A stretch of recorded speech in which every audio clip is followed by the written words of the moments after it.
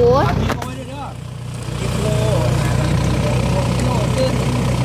ดูดน้ำเลือดน้ำเราจ้าเรือเมฆาเรือหาปลาคนนี้ไม่อยากต้องใจของน้ำไปไหลกระเซ็นเป็นละลอกลมภูเขาเย้าดอกบรรจุจีเป็นละหมาดกลางไม้ล้วนมาได้ชมต้นเลือดฟองแต่มันดูมันหนักด้วยแต่มันลงไม่กันก็น่ามันถึงไม่ทันเลยช่วงนี้เป็นช่วงอันนี้ฤดูแล้งเนาะฤดูอันนี้มันก็ฝนตกหลายๆนะมันลงน่าเริ่มไม่หนักเป็นเดือน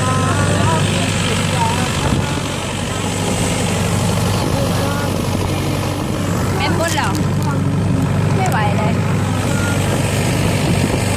ขึ้นมาคานกว่าใช่เหรอใช่เดียวคือใช้ไปเสาอีกไม่ทำได้โอ้ไม่น่าละใช้วิดีโอพยายามให้ทุกคนดูวิดีโอให้วิดีโอเจ้า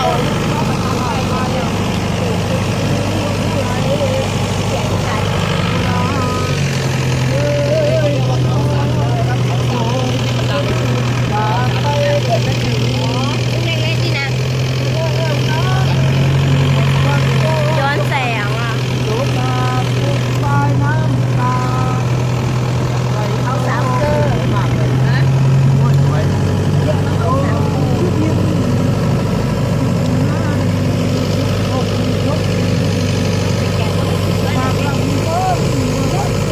เป็นขาเราไงเป็นขาเราแต่ว่ามันเป็นภูเขามันก็จะได้เห็นเพื่อนเนี่ยใส่ก็ไปน้ำมันใส่ก็กักน้ำไปไปน้ำมัน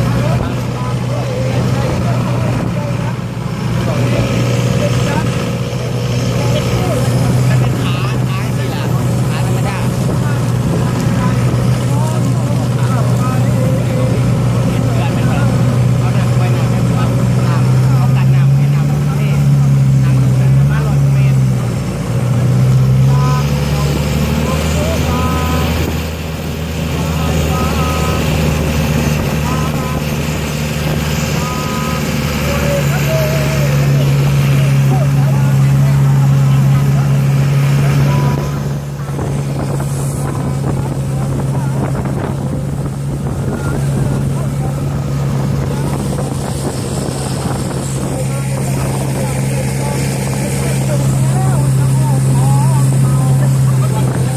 ก็มีความสูงไปลงไป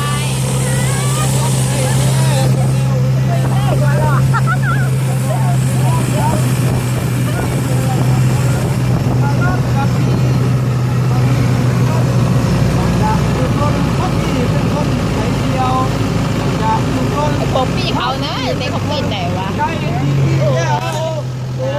ามาเช่า ถ่ายภาพทิ้งไว้เร็วสวยมากเลยโอ้ยงามเนี่ยสุดยอดเลยสุดยอด งานแห้ง โอ้ยยังกับในเทพนิยายเลยยิ่งกว่าเทพนิยายเลย ไอ้ โอ้ยโคตรเกินมากเลยมากผมเคยกันเองเลยเกิดอยู่ท้องไร่ท้องนาสารมาเจอสวยงามที่สุราษฎร์ธานีสวยงามมากเลย นี่แหละบ้านฝาเทพประเทศของเราสุดเที่ยวเที่ยวสุราษฎร์บ้านฝาเทพเราบ้านฝาเทพบ้านฝาเชียนเราอย่างนี้เลยสุดยอดเลย เดี๋ยวเราหมายเราอยากแล้วว่า บ้านฝาเทพโอ้สวยมากเลยขอบคุณป๋าเท่าเดี๋ยวมาเที่ยวหลังเนี่ยจะมาติดต่อโทรหาป๋าเท่าป๋าเท่าสุดยอด แล้วเราจะได้ได้หน่อยมากไม่ไหว รอบสอง ขนมแพงขนมแพงกาแฟนุ่มคนละ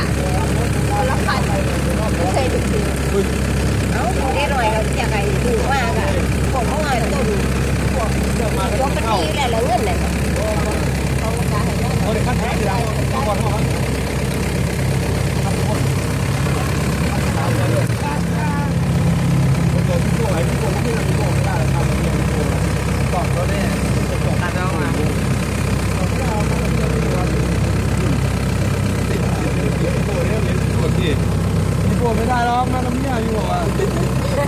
เขาบอกว่าไม่ได้มากับแม่ คนที่บอกว่ามาไม่ได้หรอกมากับเมียเขาเชิญไปกินเบียร์ไม่ได้หรอกมากับเมีย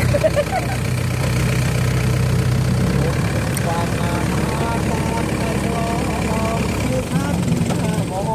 งโนริมกองฟัง ไทยครับข้างหน้าคือเขาสามเกลือครับเขาสามลูกข้างหน้าเนี่ยครับที่ดังอยู่นะครับ เขาสามเกลืออันที่ถ่ายภาพเหรอเราเป็นผู้ เขาสามเกลอมีสามเกลอถ้าสามพวกภูเก็ต ถ่ายโปรดถ่ายมาหันหน้ามาดิ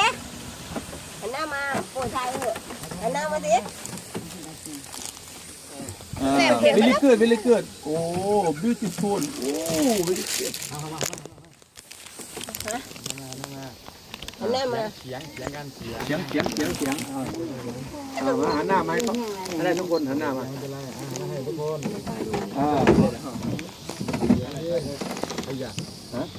เฮ้ย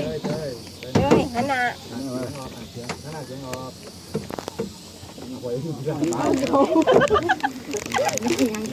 เกินไป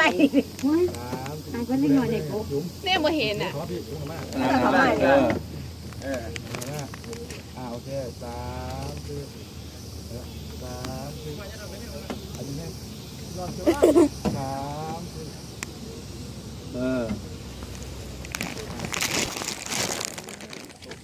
ลอยเรือลอยลำ ถวนมักยูทัศน์เลยดอง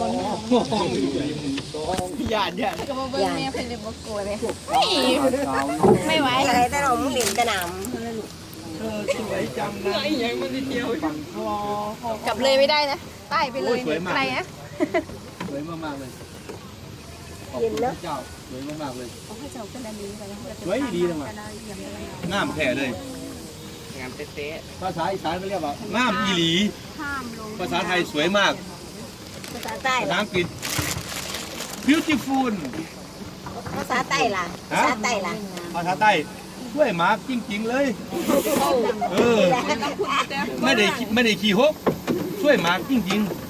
ๆสวยแท้ๆเลยแม่นบอกพี่เบา ช่วยเต้น พี่เบาเท่าพี่เบาเท่าสวยมากจริงๆเล เห็ ย นป่ะพวกเรา รู้ฝรั่งรู้ฝรั่งเลยโมเมนต์เขาปฏิบัติเขาไม่เดียวโมเมนต์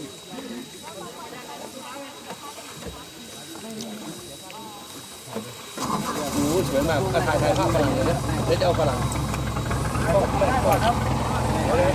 ไปหน่อยอย่าพุ่งไปแล้วขอเข้าอย่าไปเดี๋ยวจะถ่ายภาพก่อน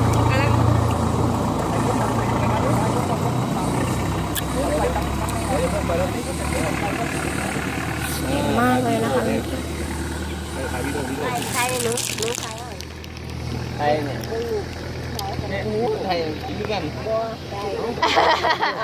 เอาไทยสิไปยัง ถ้าไทยวิญญาณกี่เดือนว่าเขาจอกกับมาเตียงคือกันจะ5 บาท โอ้ข้าวกินด้วยซื้อมาไม่ได้ไม่ได้ทำไมเราประกาศ